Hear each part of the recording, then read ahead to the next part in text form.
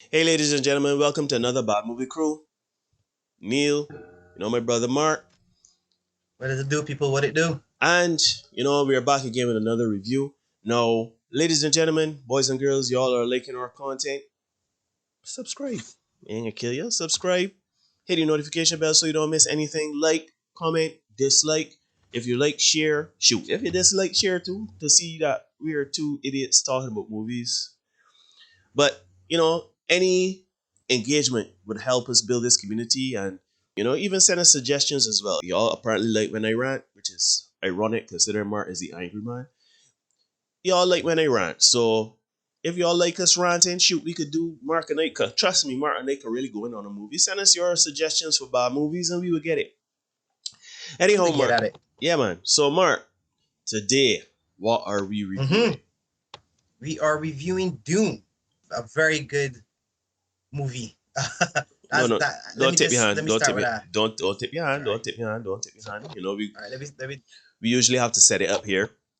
All right. Let me. Sorry, my bad. Getting ahead of myself, but that's just how I feel. That's just how I feel about the movie. Yeah, I mean, and you're not wrong for that. But anyhow, Dune, which is on screen titled Dune Part One, it was produced by Legendary. It was distributed by Warner Brothers Pictures. Director Denis Villeneuve. He's the director behind movies like Sicario, Blade Runner 2049, Arrival.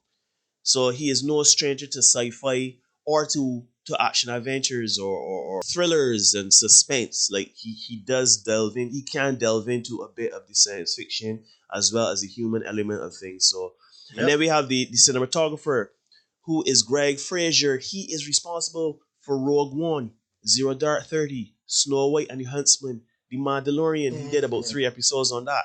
So you know this movie is going to be gorgeous if you like the cinematography on movies like those, like Rogue One. I really enjoyed that. Mandalorian was beautifully shot. So, Yes, it and was. the music, Mark, Hans Zimmer. That's right.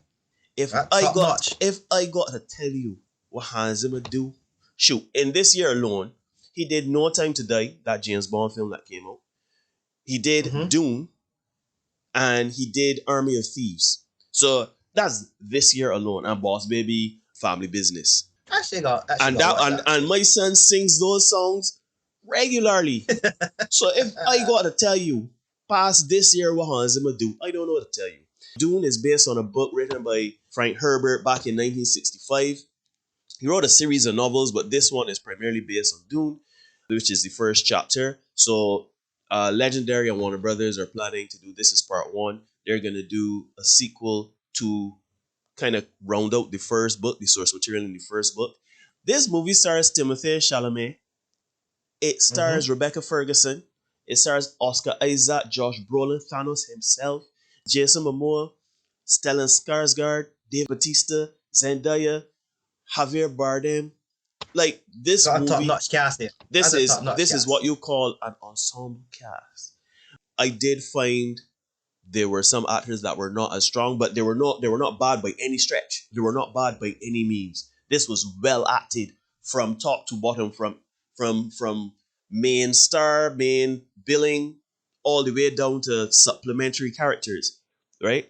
But anyhow, all of that they got for the paltry sum of $165 million. Can you? I could not believe that they did all of this. Plus, we can get into the cinematography, the CGI, the acting. We can really delve into it. But all of that for $165 million. I was mind blown. I was listening. I call that steal. I call Yeah, that steal. I was watching this movie, Martin. I was telling myself, yeah, there's a $500 million movie though, easily, easily. And I was shocked Agreed. at 165 million. Now, before you all watch the rest of this review, if you have not watched Dune, spoiler alert. This is your Yep. spoiler warning. We will be going into this movie and we may be dropping some spoilers in there. So if you have not watched Dune, and we are going to recommend that you watch Dune. Pause here, put me in the watch later, favorite it, give me a like, don't forget that, subscribe. And then come back. Watch Dune, come back. We can be here, waiting. Yep. Winning. We're still waiting. Go on. Anyhow, so what is it all about? Dune is about the future of humanity, essentially, right? It is taken in the year 10,000 and something, 10,100 and like 91 or something. 65, something like Yeah, that. yeah. Something like that, yeah. Year 10,000, humans have now colonized the universe. We have discovered faster than light It's, travel, and yep. this focuses on House Atreides. The Duke is Leto Atreides, his son Paul Atreides. They are essentially they're on this planet, this water-based planet, but they're told by the Emperor to go and take over Arrakis. Arrakis now is a planet Mm-hmm. where it's a desert planet, very hostile, very barren, but it has the only source in the universe of spice. Now, spice is essential for faster than light travel and interstellar navigation, and it gives humans greater mental capacity, longer life, better Mm-hmm. like vitals. So spice is the most coveted resource in the universe. So House Atreides, Leto and his family, they're told to go there and replace House Harkonnen. And Mm-hmm. the House Harkonnen, which is overseen by Baron Harkonnen, Vladimir Harkonnen, they're the bad guys. I mean, you can tell immediately as they're on screen, these people in, Yeah. Them is nice. yeah, Them pale, is, them is nice. pale skin, bald head, muscular, aggressive, in your Pretty sure they space. kick puppies. Yeah. They're nice. So Them is nice. they leave Arrakis. In comes Leto and family and his house, Atreides.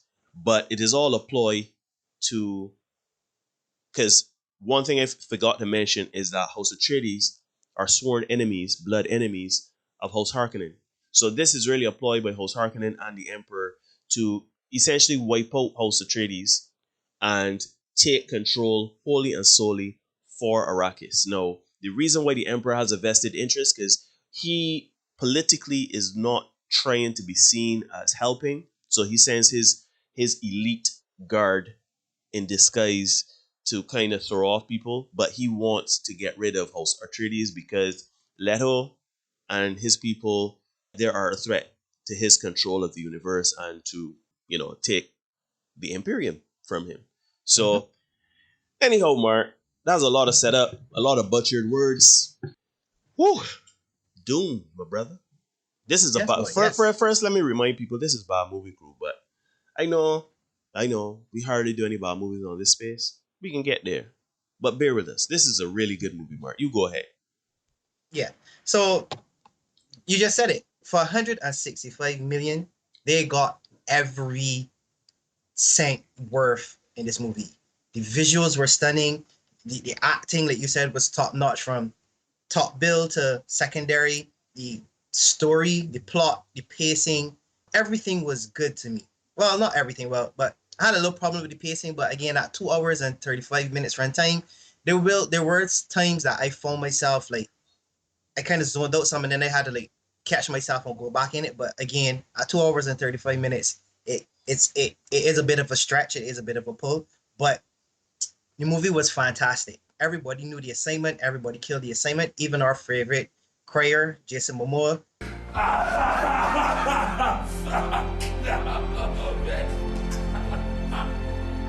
I mean, nobody's ever going to accuse him of being an actor with a lot of range, but for what he was meant to do in this part, I think he played it off very well. From the beginning of the movie, I kind of got different vibes of other movies. Like from the very beginning when they start talking about the spice and everything, I started to get like Avatar vibes. And y'all know how I feel about Avatar. If you know me, you know how I feel about Avatar. If you didn't know, but I think Avatar is one of the worst movies ever made. We should review that one these days. I would burn. I would like to burn every copy of that in existence. But anyhow, back to Dune. Like I started to feel like okay, so this is going to be so this is where at first I say so this is going to be like an Avatar ripoff, but then I had to remember that source material is from back in the day, so Avatar would have taken the influence from this. But as the movie progressed, I realized okay, this is nothing like Avatar. This has its own pacing, its own merit, its own story, and I got intrigued. I really was like, okay, I don't know. I went into it blind and I didn't know much about the movie. Don't remember the movie from the 80s if I did watch it. It so I kind of went into it blind. Again, I kept finding myself like intrigued in the story. I mean, you get that the Prince Paul is going to be very special. He's the key to the story, and that could be a little formulaic for a lot of the movies that that you get now, but the way they told their story, because they took their time in building each house. Each character had their time to shine, so they took their time, which is different to a lot of the movies that we're getting now, because we're getting a lot of like the we're big into like the comic book stories where there's a lot of flash, a lot of explosions, a lot of comedy, quick pick, quick hitting, that sort of stuff, where you just like kind of put your brain on pause. This movie, no, it is a change of pace. Is a lot slower. Is a lot of, but you have to pay attention, like because something that happened at the beginning could play a pivotal part in the closing part of the movie. So you gotta really pay attention. And I like the change of pace. I like that I had to sit down and be engaged throughout the whole movie. And one thing that threw me was for the billing that Zendaya got. I was like, but she's not really in the movie a lot. So I was like, I'm missing something here.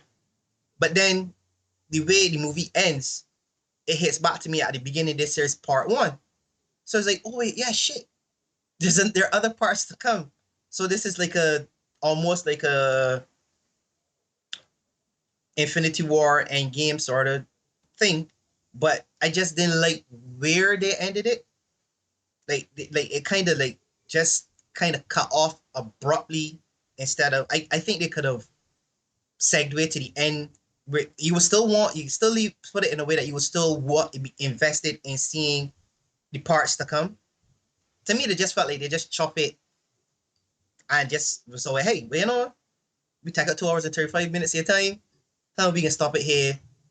If only we You're had gonna a like it, so you're oh, gonna come back. if only we had 166 million.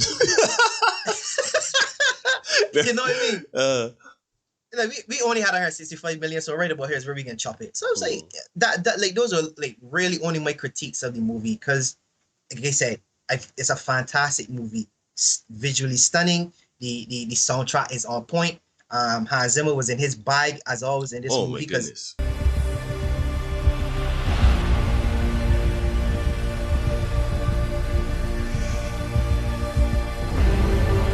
every time there was a scene that carried some weight to it, the music was heavy and you could feel it. The light-hearted moments, it was more upbeat. Like even the parts where it's just like somebody in a reflective state, like they're just pondering, like they just get some information, or they're just pondering their future.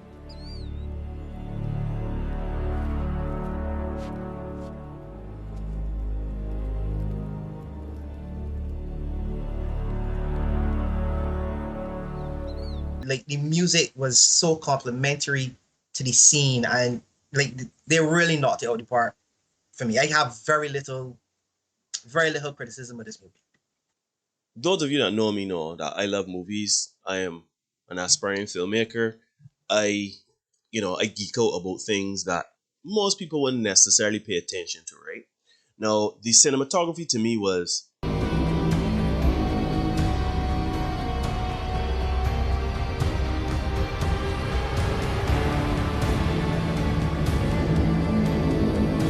I mean,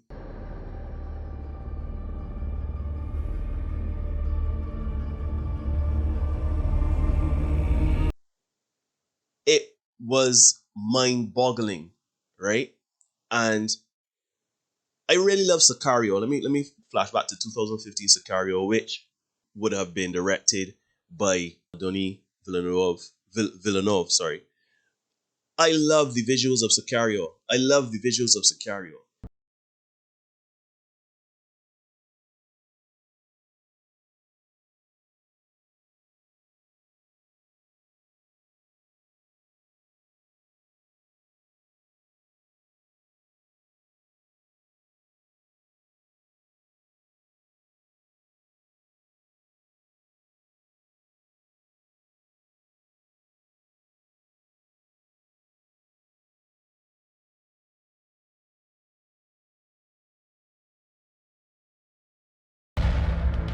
I love the visuals of Sicario. So if you can imagine how I love the visuals of Sicario, I want you to multiply that by 100. And then you will start to understand how I feel about the visuals in this movie. There was this one shot very early on in the movie where they're walking through their type of cemetery on a like a hillside, right? So you have on both Mm-hmm. sides, you have like their tombs, the tombs or whatever, and they're walking in the middle. It is a complete wide shot. It does not go to a close up at any point during this sequence.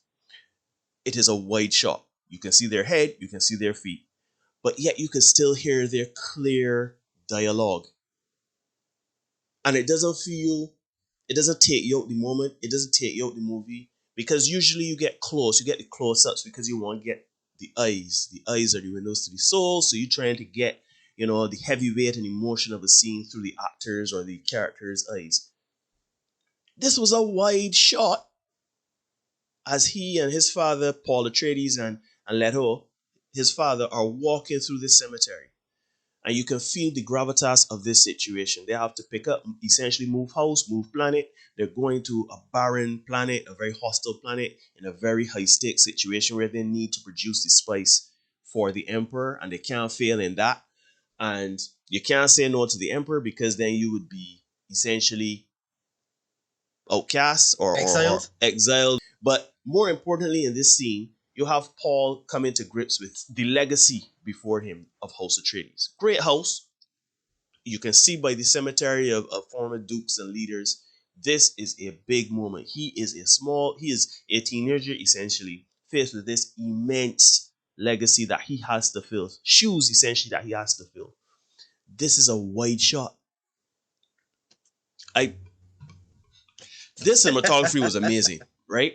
The computer graphics, the special effects, the CGI,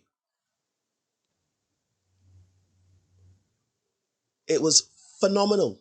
It was phenomenal, right? Like even down to they have these shields which determine the hits, which I can give it a knock on just in a minute. But Mm. as you strike these shields, they turn blue or red depending on the critical strike of it, right? Blue is not so bad, red is in trouble, right?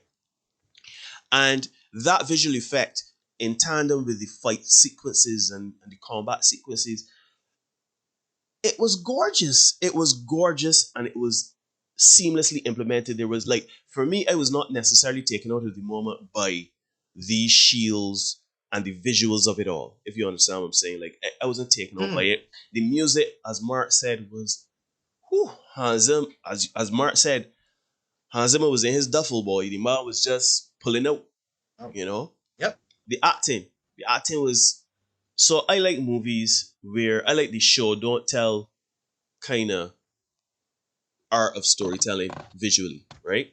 Where you have the actors physically through their facial expressions, their body language, etc., to show you the emotions they're feeling. I don't like the and which is funny because the 1984 movie, I didn't watch it, but I saw some clips of it, and it was very heavy on inner monologues, and it was very heavy on, oh, I'm feeling very down now. I don't know what it like. It was very heavy on that. Mm-hmm. I love the fact that you felt the weight of a lot of the situations going around these characters, and hardly a word was said. And when these words were said, they were spoken. Like I remember a scene early on where Josh Brolin's character, he was going to train Paul Atreides, and Mm-hmm. Paul Atreides was very lackadaisical in his training. Like he wasn't in the mood or whatever. He wasn't up to it or what have you, right? Because a lot was on his mind. And Josh Brolin delivered. It wasn't even like a long speech. Just this little like, "Wait, man, then God time, right? You think the enemy care about if you're in a mood or not? You think you're on a battlefield? You gotta be in a mood. It is either kill or be killed. And the way he delivers this line or these lines was so impactful. Is like, yeah, well, shoot, I'm ready to fight you. You know what I mean? Like it was real. Yeah. It was Yeah. really impactful. So the Yep. so the props, the costumes, the set pieces. I want to know what is practical props and effects versus special effects. Because for $165 million, the I don't know what to tell you. This was perfect casting. This was perfect set design, prop design, costume design, special effects, acting, cinematography, music. This movie, from top to bottom, was amazing. But As Cinema Sins would say, no film is without Move, sin. no sin. So Right. here is where I move into what I did not like about the movie, and I give me nitpicking here, ladies and gentlemen. So don't get don't roast me too much in the comments.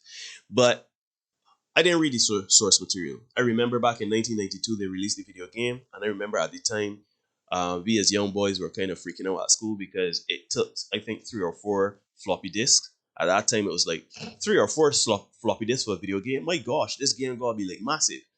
And it was a pretty good game. But I remember hearing about Dune from back then. And it was like, okay, it was Dune. It Yeah. was Dune, and nobody can really tell me what Dune was about. I didn't read the books. I didn't play the video game. I didn't watch the 1984 movie. I went into this relatively cold. Yeah. So having said that, I found it at first. I am all for world building, universe building, but what I like about the movie and what I dislike about the movie kind of was a double-edged sword for me. I like the fact that they were building the world. I like the fact that they did not they didn't hold your hand in certain terms and language and terminology and etc. Right? Like certain terms Mhm. and like spice and sandworms and the way of doing things, the framing. I appreciate that they didn't, explain every little thing to you in this world and building it. However, Mhm. if you ain't got your head on a swivel, like Mark said, if you don't remain engaged in this movie, particularly through its pacing, you will be lost. The Mhm. names are I mean, apart from the Paul and the Duncan and everything, that everything else is not English based. It is very foreign Mhm. to it will be foreign to a lot of the audience. So for me, at first it was a little hard to follow along, but again, I ain't gonna knock it too hard. I nitpicking again, ladies and gentlemen. The reason why is because I can't say this movie is perfect. Because if I do that, then who am I? I'm a shill. What am I doing? So the whole keeping up with the lore of the movie when they don't hold your hand in it. The second thing is the shields. No, I raved just now about the shields and about the color scheme and everything like that. I didn't mind the visuals of the shields, immaculate. The implementation of the shields, immaculate. I just don't understand these shields, right? I A man with a blade would try to hit you in your stomach and it would turn blue. But then when he goes for your throat, it turns red. So I kind of figured that it comes to the pressure of Yeah. the strike. So like if the strike Correct. is not going to be critical, it's blue. It, If yeah. it if it has Yeah. the Yeah. I figure. Yeah. if it comes Yeah, with I figured the that out. Yeah. right, if it comes with the force and the pressure, it can turn red. But they had a scene where a woman that was dying put her hands on a character, it turned red, and it allowed her hand to go and touch him. So now I'm like, what kind of shields is this that biological material could get through? So then I don't even need to have a, a blaster or a knife or anything like that. I could literally walk up behind you and give you a chokehold and kill you right in your neck. Yeah. I get you. I see your saying. Because they're like. I mean,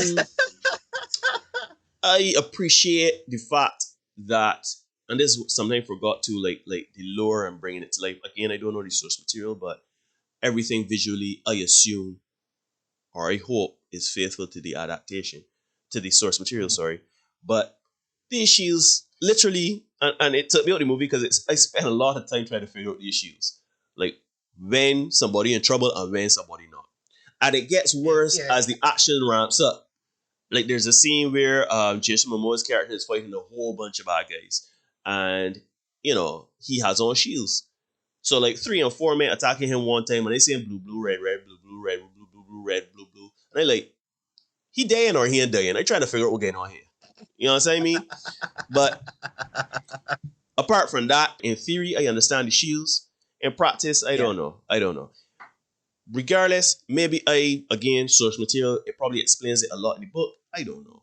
The last thing I would nitpick on this movie, you are 8,000 years into the future, right? You have space travel, you have foreign languages, you have even the writing, the language is foreign to us. You Mm-hmm. can see some of the old ways implemented into like religion and into the structure of hierarchy and nobility. Paul, and there's more not on the source material, right? You got men like Paul, Duncan, Idaho, Jessica. Like, if you can go foreign, you gotta go full foreign, right? You gotta go full foreign. I get, I mean, I get you. I truthfully, that is something that I see. That's like a lot. The main critique I see a lot, like just from people on the web, like how you got Harkadon and Atreides, and you got a man named Paul. Paul, Like Malik, just Paul. Paul. Every time I ain't gonna lie to you. Initially, I was like Paul though. Of all the names, Paul. Shoot, even if they had used the real actor's name, Timothy, I would have taken Timothy Atreides. No, Paul. You're everyday, you're everyday spacefaring, worm hopping, you know, noble in the future. Paul. But other than that, and again, people don't get no too hard on me because again, that It's is nitpicking. I got to nitpick. I have to nitpick. Got to So gotta find something. so Mark, what would you rate this movie out of 5 soundworms? 6. That's fair. Um, six I soundworms. mean, 6 hours out of 5. I mean, despite the critiques I have of the movie, I didn't forget the movie throughout the day. It wasn't one of those movies where like you watch it and then you're like, all right, well, in the back of my head, I don't really care. Like throughout the day, there were just scenes that were playing over It, in my head. it, And it I'm like, wasn't a sweet girl. it wasn't a sweet girl. It really wasn't. It really, really, really, really wasn't. I would do it again, which is why I would give it 6. Also, just let me put this here: Dune is a better Star Wars movie. 7, 8, and 9. Take that and put it in your paper.